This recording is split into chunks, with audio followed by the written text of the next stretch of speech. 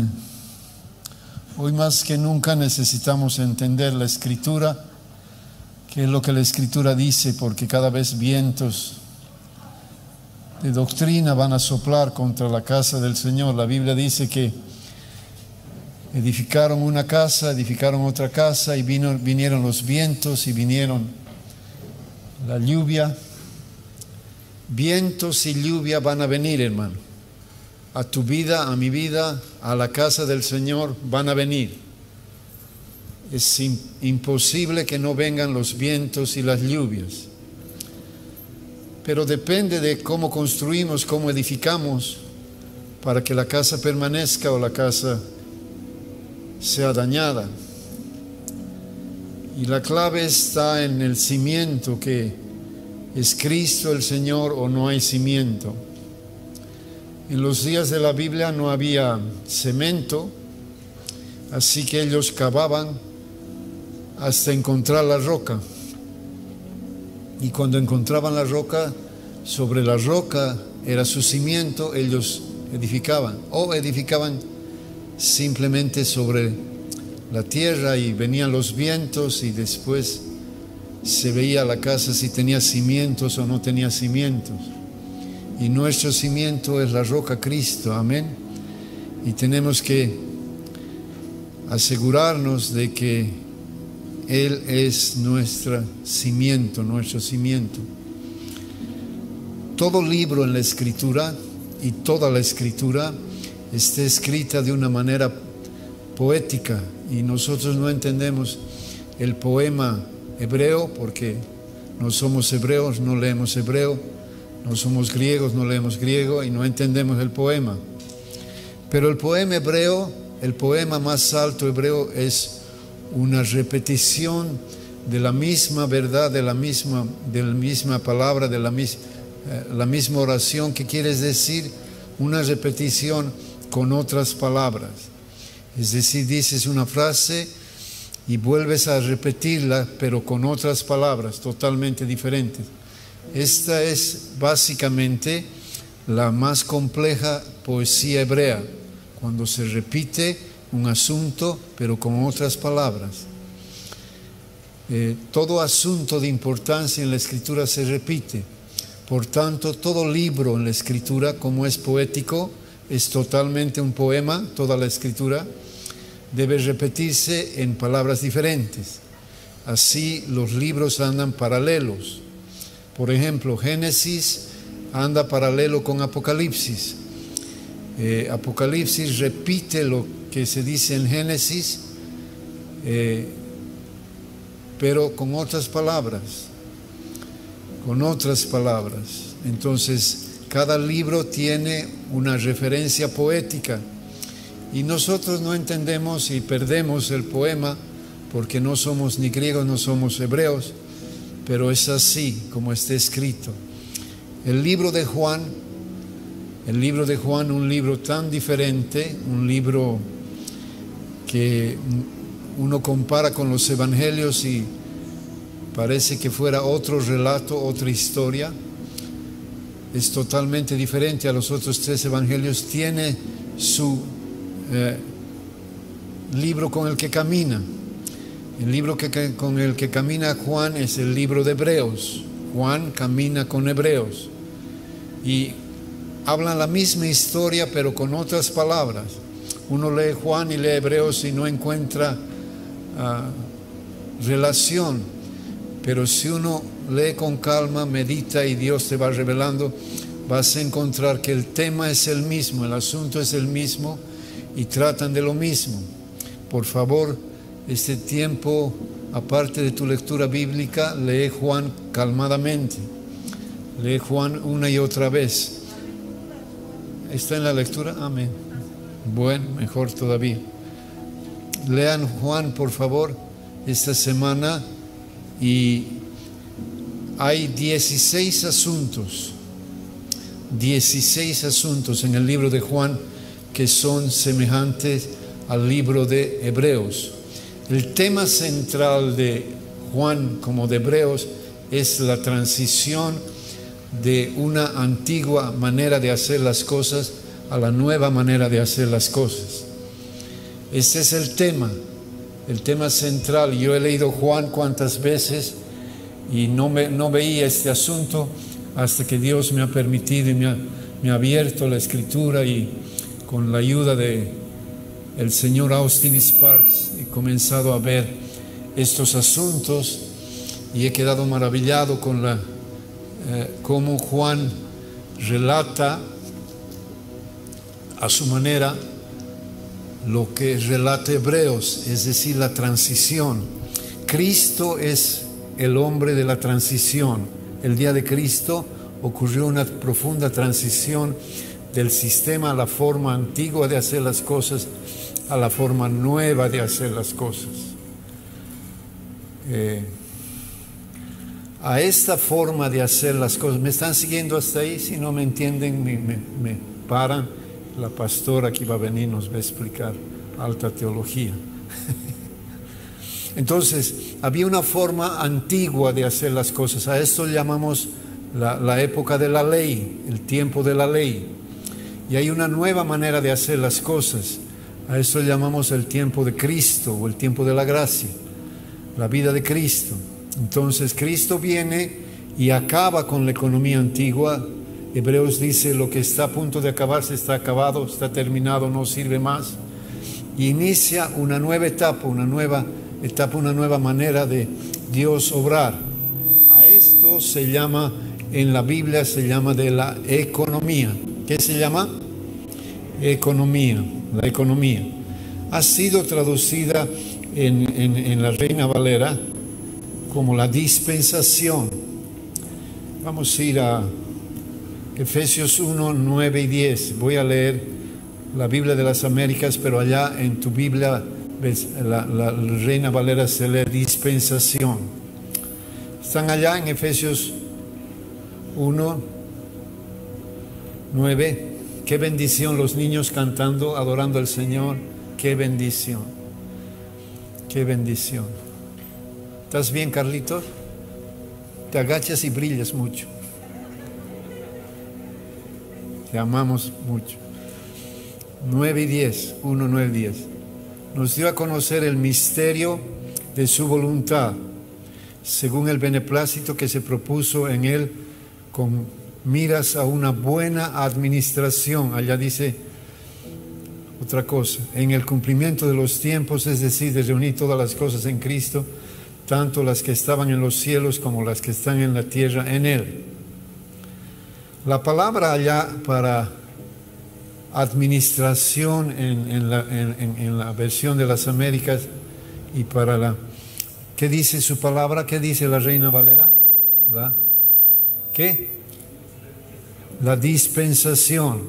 La palabra para dispensación en el griego es la palabra oikonomía, con K. Puedes anotar si quieres, oikonomía. Puedes ir a tu diccionario griego y vas a encontrar que así es. Oikonomía. Oiko son dos palabras juntas.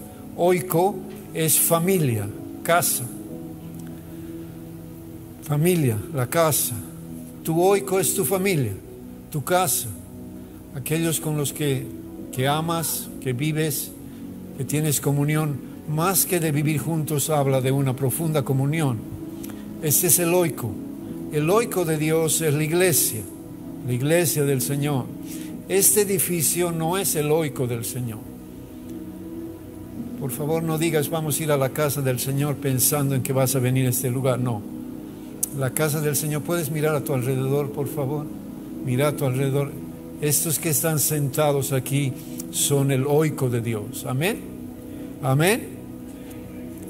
La casa de Dios. Todos los que se están reuniendo hoy día en el nombre del Señor, aman al Señor, han nacido de nuevo, son la casa del Señor en Santa Cruz. No son los edificios, son la casa del Señor. La economía es cómo Dios administra sus asuntos en su casa. Cómo Dios administra. Economía, si quieres un concepto de economía, economía es el manejo de los bienes escasos para recibir mucho fruto. Dios es un Dios de bienes escasos. Por ejemplo, para llenar la tierra tenía solo una pareja. Yo hubiera sido Dios, hubiera pensado en llenar la tierra, hubiera dicho, bueno, por lo menos vamos a poner unas 100 parejas, 5 en cada continente, y vamos a llenar la tierra así. No, Dios, una pareja, nada más. Para salvar la humanidad, Dios tenía un Salvador. Para comunicarnos su amor, Dios tiene un libro. Es Dios de recursos escasos, pero Él invierte estos recursos y Él espera mucho fruto de estos recursos. Esta es economía. Entonces, voy a volver a leer un poco. Nos dio a conocer el misterio de su voluntad. Misterio es otra palabra que debemos entender. Misterio. ¿Qué es misterio? Misterio son los secretos del Rey, sus cosas más secretas, más escondidas, que quiere compartir con su gente más cercana. Yo comparto con mi esposa mis misterios, mis secretos. A veces cuando estoy luchando con un asunto y no te cuento los asuntos que lidio porque soy el pastor y tal vez te vas a asustar, pero yo le cuento a mi esposa y yo sé que ella ora e intercede por mí, pero el Señor comparte sus misterios con su gente más cercana, con los más cercanos. Se reúne, esto es misterio. Dios tiene un misterio. ¿Dios tiene un qué? Misterio. Cristo tiene otro misterio. Estos misterios han estado escondidos y en la nueva dispensación, en la nueva economía han sido revelados. El misterio de Dios es Cristo. ¿Cuál es el misterio de Dios? Cristo. Su más profundo secreto, Cristo. El misterio de Cristo es la iglesia. ¿Cuál es el misterio de Cristo? La iglesia. Tú eres el misterio de Cristo. Cristo es el misterio de Dios. Entonces Pablo dice, quiero que sepan cuánto entiendo el misterio, los misterios. Entonces debe ser muy importante entender los misterios y entender la economía de Dios. Dice, para una buena economía, para que podamos administrar nuestra parte de buena manera, debemos entender la economía de Dios. La economía de Dios tenía dos fases. Les he dicho, la economía antigua, o lo que llamamos la época de la ley, y la economía nueva, o lo que llamamos la época de la gracia o la época de Cristo. Cristo es la nueva economía. La antigua economía es la ley. Vamos a leer Efesios capítulo 3.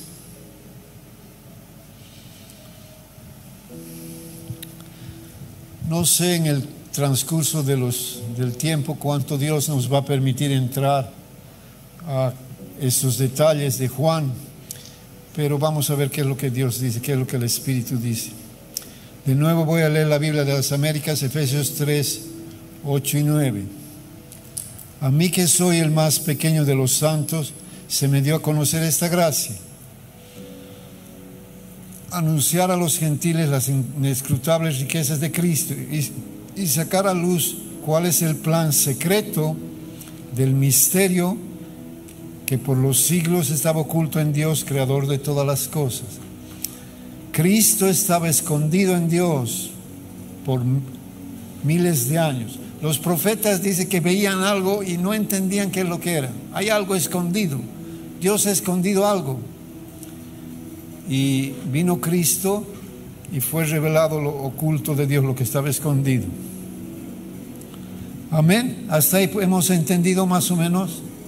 Hemos entendido hasta ahí la economía de Dios. Para Dios este asunto es muy importante. Queremos después, si Dios nos concede, entrar en el libro de Juan para que podamos ver cómo Jesús, de una manera profética, con actos proféticos, explica este misterio. El libro de Juan está lleno de actos proféticos, lleno, es puro actos proféticos, y son las comparaciones de la antigua economía y la nueva economía. ¿Por qué Cristo entra a un lugar y sana a un hombre que estaba 38, casi 40 años paralítico? ¿Por qué Cristo sana a un ciego? ¿Por qué Cristo cambia el agua en vino? ¿Por qué estos actos que Él hace?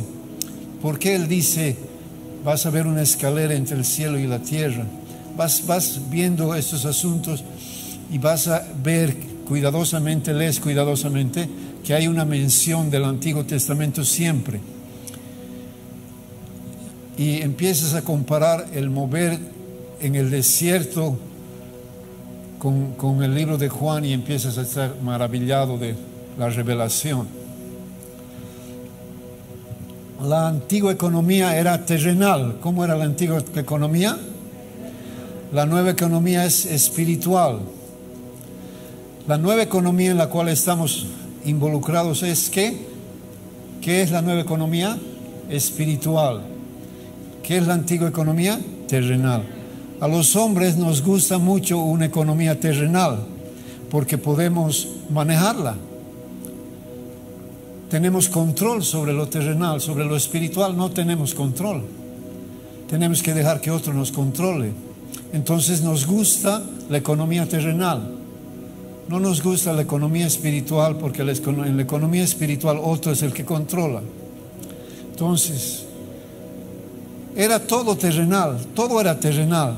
Los sacerdotes veían sus ropas, veían los sacrificios, veían las fiestas, veías el cordero, veías el pan, veías las hierbas amargas, veías todas las cosas, veías la sangre, era terrenal, totalmente terrenal. Y claro, tú ibas a sacrificar tu cordero, era tu cordero, tú eres el que estaba pagando el precio. Todo era terrenal, no era espiritual, era tan terrenal que hablando de la economía antigua, el libro de Hebreos, en medio del relato, dice la palabra de Dios es viva y eficaz, más cortante que toda espada de dos filos, que penetra hasta partir el alma y el espíritu. ¿Por qué? Porque la economía antigua era natural, tenía que partirla, dividir el alma, lo natural, de lo espiritual. Entonces, la antigua economía era totalmente terrenal, y llevó a un fracaso total a Israel. Israel fracasó porque lo que Dios intentaba era manifestar su justicia. ¿Qué es lo que Dios intentaba? Con su economía, ¿qué Dios quería? Manifestar, ¿qué? Su justicia. ¿Qué es la justicia de Dios? Es cuando Dios te dice, yo te he perdonado, tú no tienes pecado alguno. Eres limpio, puedes entrar a mi presencia. Hay entrada a mi presencia. Puedes estar delante mío. Todos somos pecadores y sabemos que eso es wow, como Dios mira. ¿No? La justicia de Dios. Israel no pudo manifestar la justicia de Dios. La justicia de Dios es lo que Dios dice de ti, es lo que Dios dice de mí. Esto no pudo manifestar Israel, fracasó, porque era un asunto natural. Y entonces, cuando se tiene una religión natural, una manifestación natural, ellos recibieron la ley. Por ejemplo, en la ley decía que el sábado no ibas a trabajar. Y entonces dijeron, ¿y ahora qué hacemos? ¿Puedo ir al baño? ¿Cuántos pasos puedo dar? Si mi vecino se cae y se desmaya, ¿puedo ayudarle? Si mi asno cae en un hueco, ¿le puedo ayudar en sábado? Comenzaron a preguntar, porque claro, es día de reposo. ¿Qué significa día de reposo para ellos? ¿Tengo que dormir todo el día? ¿Puedo comer? ¿Puedo cocinar? Y empezaron a preguntarse, y entonces empezaron a crear nuevas leyes para regular la ley del sábado. Y entonces en Israel, por ejemplo, los ascensores son como un cinturón, una caja pegada a otra caja, una caja pegada a otra caja que va circulando, de tal manera que cuando tú vas a tomar el ascensor no tienes que apretar el botón porque es sábado, solamente entras y el ascensor te lleva. Entonces se llenaron de reglas y de normas y llegaron a amar sus normas a tal grado que para ellos era más importante la norma que la palabra de Dios. Esto es lo que ocurre con economía natural, terrenal. ¿Cuándo es natural y terrenal? Amén. ¿Están siguiendo hasta ahí? ¿Está bien, no? ¿Estamos entendiendo? La economía espiritual se trata de creer, de fe. ¿De qué se trata? De fe, de creer. La economía terrenal se trata de hacer. ¿De qué se trata la economía terrenal? De hacer. Si no haces, estás chao. Vamos a leer un texto en Gálatas 3.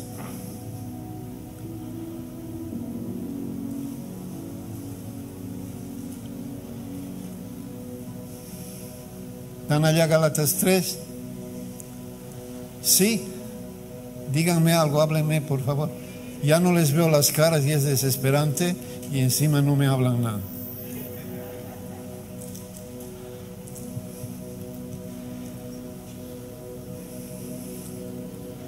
Voy a leer a partir del versículo 6, ¿ya? Prestamos atención. Así Abraham creyó a Dios y le fue contado por justicia. ¿Qué hizo Abraham? Creer en Dios. ¿Y qué fue? Y Dios, ¿qué declaró? Lo declaró justo. Le dijo, estás totalmente justo. ¿Qué hizo para recibir la justicia de Dios, Abraham? Creer, nada más. Nada más. Abraham creyó y Dios le dijo, ya. Abraham no pecaba, claro que pecaba. Sabed por tanto que los que son de la fe son hijos de Abraham. Y la Escritura, previendo que Dios había de justificar por la fe a los gentiles, dio de antemano la buena nueva a Abraham. ¿Qué es la buena nueva? El Evangelio. Le dio el Evangelio a Abraham. Dios nos iba a justificar por la fe, porque creímos. ¿Puedes creer que tú y yo, si pensamos en nuestro pecado, nos asustamos y hemos sido hallados justos delante de Dios por creer? Aleluya, amén, amén, qué bendición, amén, amén. ¿No estás agradecido? Amén. Jamás hubiéramos podido acercarnos a Dios si hubiera sido por las obras de la ley, pero es por la fe, amén, aleluya. Señor, oramos por Amalita. Amalita está un poco delicada, oramos por ella. Amalí, sé sana en el nombre de Jesús. Levántate y sé totalmente sana en el nombre de Jesús. Amén. Dio de antemano el Evangelio, diciendo, en ti serán benditas todas las naciones. De modo que los de la fe son bendecidos con el creyente Abraham. Porque todos los que dependen de las obras de la ley están bajo maldición. Los que dependen de la economía antigua están bajo ¿qué? Maldición.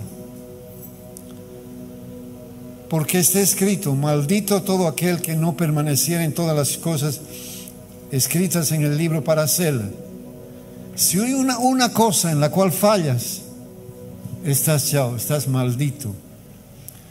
Dios te aparta, no te justifica. En cambio, con la fe no es así. Crees y ya. Amén. Qué bendición, ¿no ve? Amén. Estaba lidiando con un asunto y pensaba, ¿será que Dios me va a perdonar o no me va a perdonar?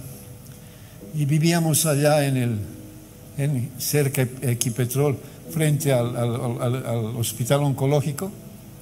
Y estaba yo lidiando con esto. Y hay una historia en el Antiguo Testamento sobre la vaca alazana. Y la vaca alazana era presentado como sacrificio por los pecados después de nacer de nuevo. Es un símbolo, es una figura de todos los pecados que cometes después de nacer. Después de que has nacido de nuevo, ¿has pecado alguna vez o no? Amén. Todos hemos pecado. Amén. Y hasta que nos vayamos vamos a cometer algún error. Y yo estaba ya lidiando con este asunto, y la vaca alazana representa el perdón de pecados después de nacer de nuevo. Y estaba sentado a mi casa, y el oncológico allá con su pasto medio crecido, y aparece ¿qué? Una vaca alazana. ¿Has visto una vaca alazana? Es una vaca roja, raro ver una vaca alazana, ¿no ve? ¿Qué Dios me estaba diciendo? Oye, amén, está perdonado tu pecado, amén, amén. Gracias a Dios. Esa es la vida de la fe. No vamos a pecar, por favor, pero esta es la vida de la fe. Por la ley ninguno se justifica para con Dios. Por la ley ninguno se justifica para con Dios. Es evidente. Porque el justo por la fe vivirá. ¿El justo qué? Por la fe vivirá. ¡Qué bendición! No dice que el misionero tenemos que mantenerlo porque vive por fe. No. Hay esta historia, no sé por qué, de dónde se han sacado. Soy misionero, tienes que mantener. ¿Por qué? Somos todos los que tenemos que vivir por fe. Amén. Vivimos ¿qué? Por fe. Gracias, Señor. Amén.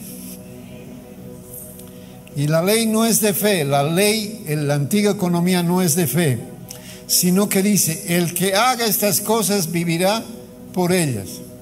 Cristo nos redimió de la maldición de la ley, hecho por nosotros maldición. Amén. Vamos a leer la continuación. Está en Romanos 4.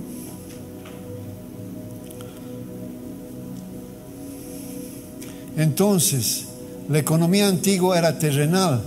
La economía nueva es espiritual, basada en la fe. Una fe que transforma. A esto se debe el éxito de la justificación en la casa del Señor en Cristo y su iglesia. A la fe que le hemos creído. Romanos 4. ¿Qué pues diremos que halló Abraham, nuestro padre, según la carne? Porque si Abraham fue justificado por obras, tiene de qué gloriarse, pero no para con Dios. Porque ¿qué dice la Escritura? Creyó Abraham a Dios y ¿qué? Le fue contado por... ¡Aleluya! Amén. ¿Has creído? Amén. ¿Has creído? Amén. Eres justo delante de Dios. ¡Aleluya! Amén. Gracias, Señor. Si hubiéramos estado en la antigua economía, has fallado en algo, ya está, chao. Estamos en la nueva economía, hemos creído en lo que Él ha dicho. Amén. Al que obra no se le cuenta el salario como gracia, sino como deuda. Mas al que no obra, sino que cree en aquel que justifica al impío, su fe le es contada por justicia. Amén. La fe nos es contada por justicia. Esa es la nueva economía. Qué bendición. Amén. Amén. Qué bendición. Amén. Daniela, estás sana en el nombre de Jesús. Amén. Amén. Gracias, Señor. Está totalmente limpia en nombre de Jesús. Amén. ¿Quién tenía que contar un testimonio de una sanidad? A ver, contá. Contá, pues. Ellas saben contar.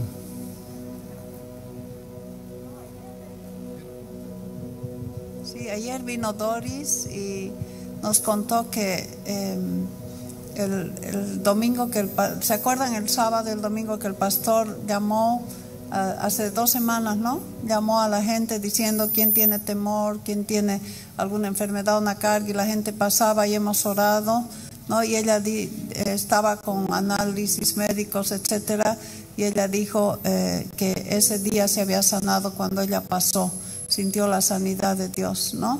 Y ayer estaba completamente bien sana.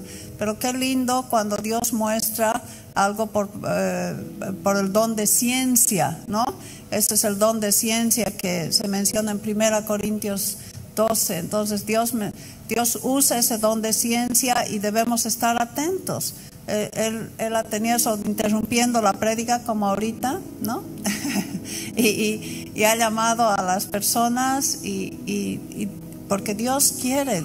Dios ese momento por el Espíritu Santo nos guía y Dios quiere sanarnos. Qué lindo, interrumpiendo la prédica y han sido sanadas personas.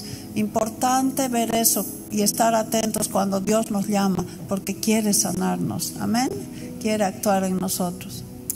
Amén. Qué bueno es el Señor, ¿no? Amén. Génesis, capítulo 2. ¿De dónde nace toda esta economía antigua? ¿De dónde nace? 16 y 17. Mandó Jehová Dios al hombre diciendo: de todo árbol del huerto podrás comer. Puedes mirar a tu alrededor, ver los árboles del huerto. Estos son los árboles del huerto. Mas del árbol de la ciencia o el conocimiento del bien y el mal no comerás, porque el día que de él comieres ciertamente morirás. Es un fruto que tiene bien y tiene mal. Y Dios le dice: no vas a comer, pero el hombre va y come. Tiene mal, el mal lo conocemos, sabemos cuál es el mal. El problema no es el mal.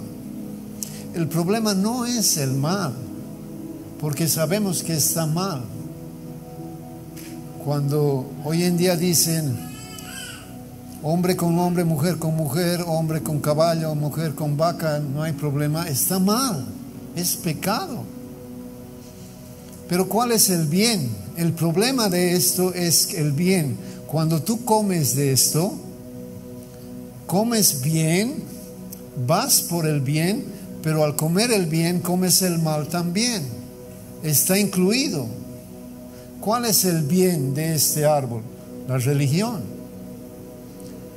La religión, todo es bien, son bondadosos, hablan bien, pero cuando comes de ello, comes también el mal. Israel comió de este fruto, todos hemos comido de este fruto, y entonces crearon el bien, y el bien lo llamaban la tradición de los ancianos, su tradición. Cuidado con nuestras tradiciones, porque nosotros también tenemos tradiciones. Tenemos que tener cuidado con el bien del árbol, del conocimiento del bien y del mal. No se trata del bien, se trata de creer. No se trata de bien o mal. ¿De qué se trata? ¿De qué? De creer. No se trata de bien o mal, se trata de creer. Amén.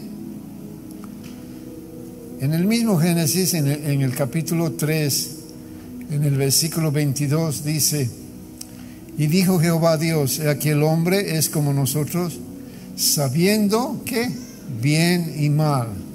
Ahora pues no alargue su mano y tome también del árbol de la vida y come y viva para siempre. Lo sacó del jardín porque dijo: va a comer del árbol de la vida y va a vivir para siempre, no va a morir. ¿Te imaginas si todos los locos hubieran vivido hasta el día de hoy? Napoleón, Hitler, Mao Zedong, todos hubieran vivido hasta ¿te imaginas el loquero que esto hubiera sido? Entonces Dios los sacó del árbol, del jardín, para que no coman, para que no vivan para siempre. El gran peligro es el bien, no el mal. ¿Alguna vez le has hablado a alguien al Señor y ha dicho: pero yo no robo, yo no mato, yo no hago daño a nadie? ¿Por qué tengo que arrepentirme de qué? Si yo hago solamente el bien, yo soy bueno. Si el Espíritu no los convence. Ahora, la entrada a la tierra prometida era figura de Cristo, del conocimiento de Cristo era la figura. Y ellos tenían que entrar para establecer una figura. Deuteronomio 1. Después de más o menos 38 años de divagaron como 38 años en el desierto. Deuteronomio 1. ¿Estamos allá? ¿Ya? Amén. Deuteronomio 1, versículo 39. Y vuestros niños, de los cuales dijiste que servirían de botín, y vuestros hijos que no saben hoy lo bueno ni lo malo, ellos entrarán allá, y a ellos la daré, y ellos le darán. ¿Quiénes van a entrar a Cristo? Los que no entienden bien y mal. ¿Quiénes van a entrar? Los que no entienden bien y mal, los que creen. Amén. es dado a los que creen. Amén. Amén. Aleluya. ¿Crees? Amén. Aleluya. Qué bendición. Tus hijos que no entienden bien ni mal, que no están en bien y el mal, ellos van a entrar. Amén. Entonces es una administración de fe, de una fe que transforma. Es espiritual, es celestial y espiritual, y se basa en la revelación. ¿En qué se basa? Revelación. Silvia ha predicado sobre la revelación, se basa en la revelación. Vamos a ir a Juan 4. Después vamos a ver con calma esta historia, si Dios nos permite. Es una de los encuentros proféticos cuando Cristo se encuentra con la mujer samaritana. En el versículo 19 le dijo la mujer: Señor, me parece que tú eres profeta. Salto al 21. Jesús le dijo: mujer, créeme, la hora viene cuando ni en este monte ni en Jerusalén adorarán al Padre. Jerusalén había sido el monte escogido por Dios para manifestar la antigua economía. Jerusalén era el lugar donde se iba a manifestar la antigua economía. ¿Por qué Dios quiso levantar una antigua economía? Para que guarden su ley y para que sean una figura para que las naciones puedan volverse al Señor. Pero ellos mezclaron la ley con su tradición y echaron a perder la figura. Y Jesús le dice: hija, no es en tu monte. Samaria tenía su propio monte. ¿Qué es lo que pasó? Se dividió Israel y ahora había un rey en Samaria y había otro rey en Jerusalén. El rey de Samaria dijo: ay, la gente va a ir a rendir culto a Jerusalén y se va a volver contra mí. ¿Qué hago para que la gente no vaya a Jerusalén y para solucionar su problema político? Creó un nuevo monte, creó un nuevo altar. Los problemas estos que solucionan políticamente son tan antiguos como el hombre. Así nos tienen a nosotros, ¿no ve? Y entonces creó su propio monte, creó su propio altar, creó su propio culto. Y todos los samaritanos adoraban allá. Y los demás adoraban en Jerusalén. Era el lugar donde Dios había escogido. Dios había escogido Jerusalén. Dios había escogido Jerusalén. Y Jesús dice: no es ni aquí ni en Jerusalén. ¿Por qué? Han llenado Jerusalén de su tradición. Han llenado Jerusalén del árbol del fruto del conocimiento del bien y del mal. Entonces le dice: no es ni aquí ni es allá.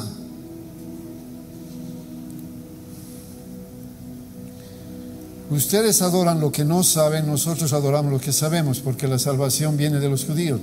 La hora viene y ahora es cuando los verdaderos adoradores adorarán en espíritu y en verdad, porque tales adoradores busca el Padre que le adoran. Dios es espíritu, y los que le adoran en espíritu y en verdad es necesario que le adoren. La nueva economía es en el espíritu. El espíritu debe ser provocado. ¿Qué debe ser el espíritu? Dile a tu vecino, por favor: provocar al espíritu. Dile a tu vecino: provocar al espíritu. ¿Cómo le vas a provocar al espíritu? Te vas a levantar y lo primero que vas a hacer después de entrar al baño y demás, lo primero que vas a hacer es vas a partir el pan y vas a tomar la copa. Le estás provocando a que el espíritu se quede en tu casa. Amén. Para nosotros no entendemos la costumbre. Cuando él dice: estoy golpeando, quiero entrar y cenar, para nosotros significa: bueno, le abro, entra, cena y se va. Para ellos no. Para ellos no significa que va a entrar, va a cenar y se va a ir. Para ellos significa: le voy a abrir, va a cenar y va a dormir. ¿Y se va a echar dónde? En mi cama. Este significa para ellos. Cuando venía alguien a tu casa para cenar, cenaba y después posaba en tu cama, dormía en tu cama. Mira la figura. Él quiere que le abras la puerta, prepares la comida y quiere entrar a tu casa y quiere tener intimidad contigo. Amén. Pero tú le preparas la comida o no le preparas la comida. Si no le preparas la comida y no le abres la puerta en la mañana, ¿dónde va a entrar él? Entonces, en esta dispensación provocamos al Espíritu. Le vas a decir: Espíritu Santo, ¿qué quieres que me vista? El otro día viene un hermano muy elegante a mi casa a buscarme, pues teníamos que charlar, y viene muy elegante. Y yo le digo: ¿qué haces tan elegante? Y me dice: le he preguntado al Espíritu, y el Espíritu, amén, me ha dicho que me vista. Sí, está bien. Provoca al Espíritu. Dale de comer. Dale de comer. ¿Cuál es la comida? El pan y el vino. Provoca al Espíritu, que Él se quede y entonces se eche en tu cama. Aleluya. Amén. Y tengas intimidad con Él. Amén. Ven. Ven, ven, ven, ven. Ven pues, pastora. La pastora nos va a contar tu historia. Es muy linda esta historia de lo que está hablando y va a ilustrar bien. Pueden abrir 2 Reyes 4:8.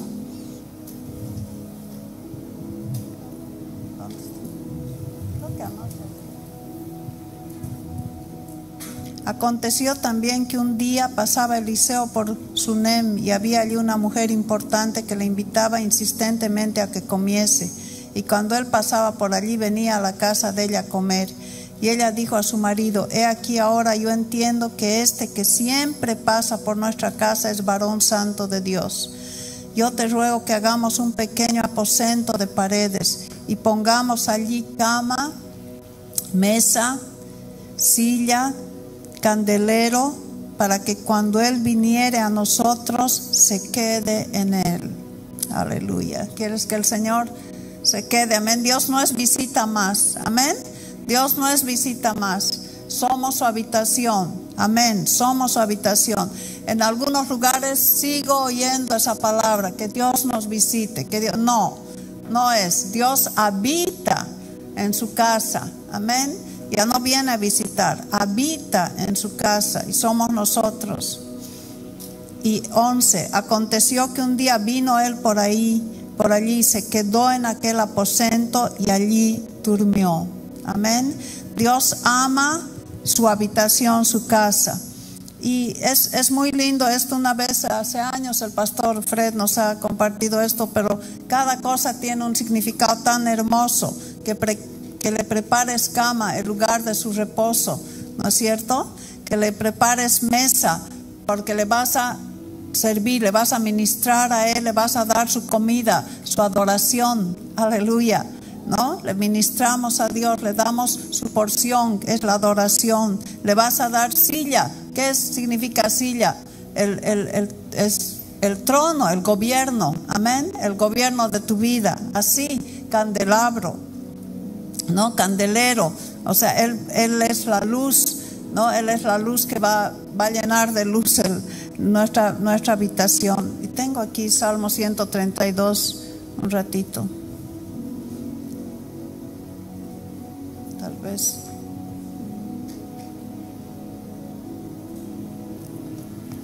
Dios ama su habitación. Salmo 132, 13 y 14. Porque Jehová ha elegido a Sión, la quiso por habitación para sí. Este es para siempre el lugar de mi reposo, dijo. Aquí habitaré porque la he querido. Amén. Esta es la iglesia hoy día. Esta es la iglesia hoy día. Y toda la historia es muy hermosa porque después ella no tenía hijos y por la palabra del profeta tiene hijos. tiene un hijo que después muere, ¿se acuerdan? Y la tsunamita le dice, ¿por qué me has dado este hijo para que muera? Pero después él lo resucita. Es hermosa la historia, pueden leer todo el capítulo, es hermosa, pero tantas cosas pueden acontecer en nuestra vida. Somos habitación de Dios, somos habitación de su presencia. Amén. Que ella nomás predique, ¿no ve? Más le atienden cuando ella predica. Amén. Mateo 15.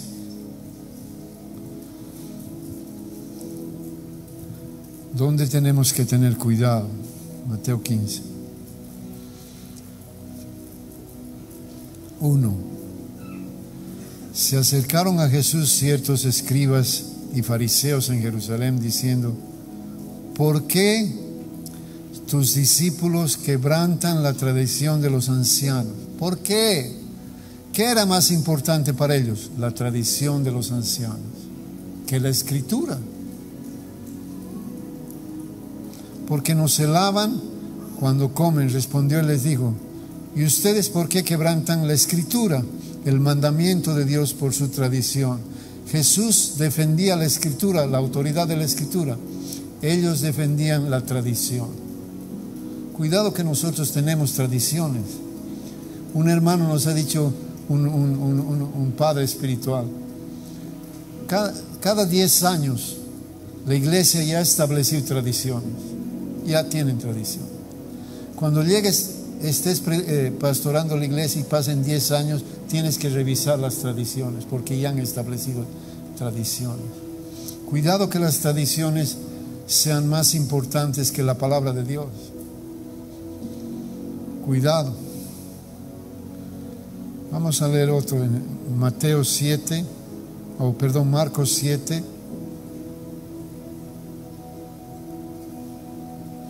Marcos 7, 10.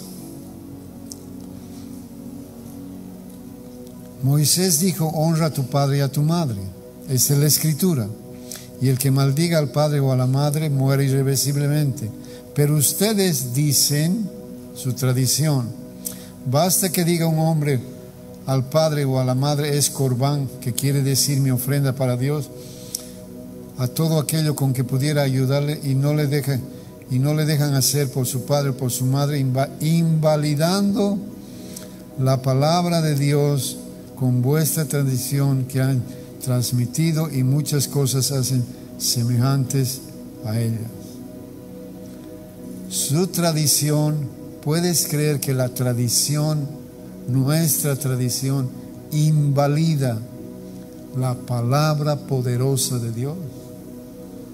Le quita el valor a la palabra poderosa de Dios. No tiene más fuerza la palabra. ¿Por qué no hay tanto poder en la casa del Señor? Dios está restaurando por nuestras tradiciones. Por nuestras tradiciones. ¿Qué necesitamos entonces? Necesitamos revelación. ¿Qué necesitamos? Revelación. Sé un productor de revelación. Sé un productor de revelación. Sé una productora de revelación. ¿Cómo se produce la revelación? ¿Cómo produzco revelación? Uka Barabandaratai. ¿Sabes hablar en lenguas? Cuando hablas en lenguas, la Biblia dice que hablas misterios. Estás hablando los misterios de Dios. Esos misterios suben y bajan en revelación. La manera de producir revelación es Ubarakandaratai. Cuando oras por tus hijos, cuando oras por tu esposa, cuando oras por tus nietos, Ubarakandaratai, vas a producir revelación. Necesitamos desesperadamente, porque la nueva dispensación se basa en la revelación.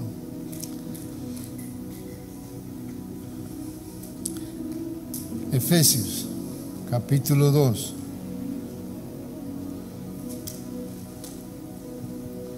Está hablando a la iglesia en Éfeso. Timoteo es el pastorcito de Éfeso. Éfeso era la iglesia, hermanos. La iglesia. Nunca ha habido una iglesia como la de Éfeso. Era el centro de todo el cristianismo. Habían muerto los apóstoles, el único apóstol que quedaba era Juan. Juan vivía en Éfeso. María, la madre de Jesús, vivía en Éfeso. La iglesia en Éfeso era pastoreada por Timoteo. Imagínate ese equipo. Juan administrando todas las iglesias. Juan el apóstol, entrenando a los líderes de las iglesias. Venían los líderes de las iglesias, los pastores de la iglesia, eran ministrados por Juan y luego pasaban a las manos de la iglesia en Éfeso. La iglesia en Éfeso los entrenaba. La iglesia en Éfeso era el centro de entrenamiento de todos los líderes de las iglesias de sus días. No había en Éfeso una persona que no trabaje para la iglesia. Éfeso era uno de los lugares de más alta persecución que había. Éfeso era la perla de Roma. Los ojos del emperador estaban puestos en Éfeso. Entonces la persecución era, en Éfeso la persecución era terrible. Los quemaban vivos a los hermanos, los entregaban a las fieras, los crucificaban en Éfeso. Y la iglesia era la iglesia. Entrenaba. Venía alguien que decía que tenía un ministerio, vaya a Éfeso. Si Éfeso te aprueba, puedes predicar. Si Éfeso no te aprueba, no eres digno de predicar. Entonces Éfeso era el centro. A la iglesia en Éfeso, a tremenda iglesia, ¿quién no hubiera querido ser el pastor de tremenda iglesia? A tremenda iglesia, Pablo les escribe en Efesios 2, voy a leer desde el versículo 5. Aún estando muertos en pecados, nos dio vida juntamente con Cristo. Por gracia somos salvos. Y juntamente con Él nos resucitó y asimismo nos hizo sentar en lugares celestiales con Cristo Jesús, para mostrar en los siglos venideros las abundantes riquezas de su gracia en su bondad para con nosotros. Porque por gracia son salvos por la fe, y eso no es de ustedes, pues es don de Dios, no por obras para que nadie se gloríe, porque somos hechura suya, creados en Cristo Jesús para buenas obras. Amén. Entonces, les está diciendo que por la fe es don de Dios. ¿Qué es? Don de Dios. A Dios le ha placido. Dios ha querido. Así les escribe a la iglesia en Éfeso. Dios ha querido. Ahora, ¿qué ha querido? Que seamos una economía espiritual. Dios ha querido que seamos una economía espiritual, que creamos, que recibamos el don. Hemos recibido el don, por eso somos la economía espiritual de Dios. Vamos a ir a Hebreos 3.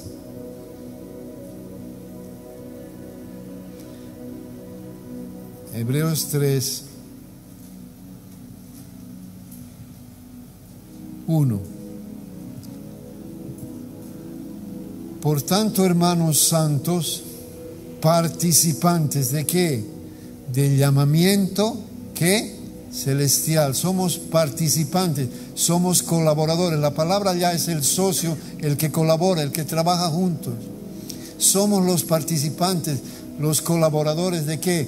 Del llamado espiritual de Dios, del llamado celestial de Dios. Eres el participante. ¿Qué necesitas? Revelación. ¿Cómo funciona esta vida? Por revelación. Ya les he dicho cómo produces revelación. Debe ser un productor de revelación. Efesios 1. Esta es la iglesia, Éfeso. La iglesia. Es la perla, es lo mejor que el Señor tiene. La iglesia. Y se acuerdan las cartas del Apocalipsis, ¿no ve? Y había una carta para la iglesia en Éfeso. Efesios 1:15. Por esta causa también yo, habiendo oído de ¿qué? De su fe en el Señor Jesús y su amor para con todos los hermanos. La palabra amor allá es la palabra ágape, amor incondicional. Tenían una fe inconmovible y amaban al extremo, daban su vida por su hermano. Era un amor incondicional. Pablo les dice, ustedes tienen una fe y tienen un amor. Su amor para con todos los santos. No ceso de dar gracias por ustedes, haciendo memoria de ustedes en mis oraciones. Ahora esto es lo que él oraba: para que el Dios de nuestro Señor Jesucristo, el Padre de gloria, les dé espíritu de sabiduría y de revelación en el conocimiento de Él, alumbrando los ojos de vuestro entendimiento. La palabra alumbrar significa traer ríos de luz. Oro para que Dios les dé un espíritu de revelación en el conocimiento, en el discernimiento, es la palabra correcta, en el discernimiento de lo que Dios hace. Que conozcan y sepan y hagan lo que Dios está haciendo, que miren a Dios y le entiendan y entiendan lo que Dios está haciendo, que caminen con Dios. Es mi oración, que tengan revelación, para que sepan, etcétera, etcétera. Eres un productor de revelación. Ahora llega la carta y la carta decía, han dejado su primer amor. Y ahora, ¿qué había que hacer? Y la carta dice, oye, si no arreglas este asunto, voy a remover tu candelero y voy a ponerlo en otro lugar. Voy a levantar otra iglesia que va a ser el centro de todo el cristianismo. Esta fue la advertencia. Si tú no arreglas este asunto, y Pablo, para evitar este asunto, ya les estaba diciendo, necesitan revelación. Si tienen revelación, no van a caer en este asunto. Parece que no oraron por eso, no sé qué. El asunto es que llegó la hora y Dios le dice, si no arreglas este asunto, tu candelero va a ser removido. Y Timoteo, ¿qué tenía que hacer? Parar la iglesia entera. Había que parar todo lo que estaban haciendo y arreglar este asunto. Había que arrepentirse y orar y ayunar y volverse al amor de Dios. Había que restaurar el amor por Dios. Y la advertencia era, si no restauras esto, yo te voy a remover. Y la historia enseña que la iglesia en Éfeso nunca fue removida su lámpara. Quiere decir que pararon todo y se volvieron al Señor y buscaron revelación y sanaron este asunto. Arreglaron este asunto. Arreglaron este asunto. Necesitamos revelación desesperadamente. Porque si no, nuestras tradiciones, Éfeso tenía una excelente tradición. Ministraban a todos, se amaban, ministraban a las iglesias. Era una excelente tradición, pero su tradición ahogó la palabra de Dios. Cuidado que nuestras tradiciones ahoguen la palabra de Dios. Cuidado que nuestras tradiciones, porque entonces somos llamados a una economía espiritual. ¿Somos llamados a qué? A una economía ¿qué? Espiritual. Que se basa en una fe que transforma, que es celestial y espiritual y funciona por revelación. ¿Cómo funciona? ¿Por qué? ¿Cómo produces revelación? Dime, Ubarabandara qué. ¿Cómo produces revelación? Amén. Amén. Niños van a orar en lenguas. Ustedes pueden orar en lenguas fácil. Todos debemos orar en lenguas. Las lenguas es, sin lenguas yo no supiera vivir, no supiera caminar con Dios. Vamos a ponerse de pie, hermanos, y vamos a orar al Señor.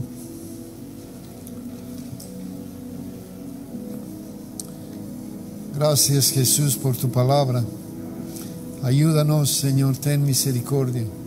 Danos revelación, Señor.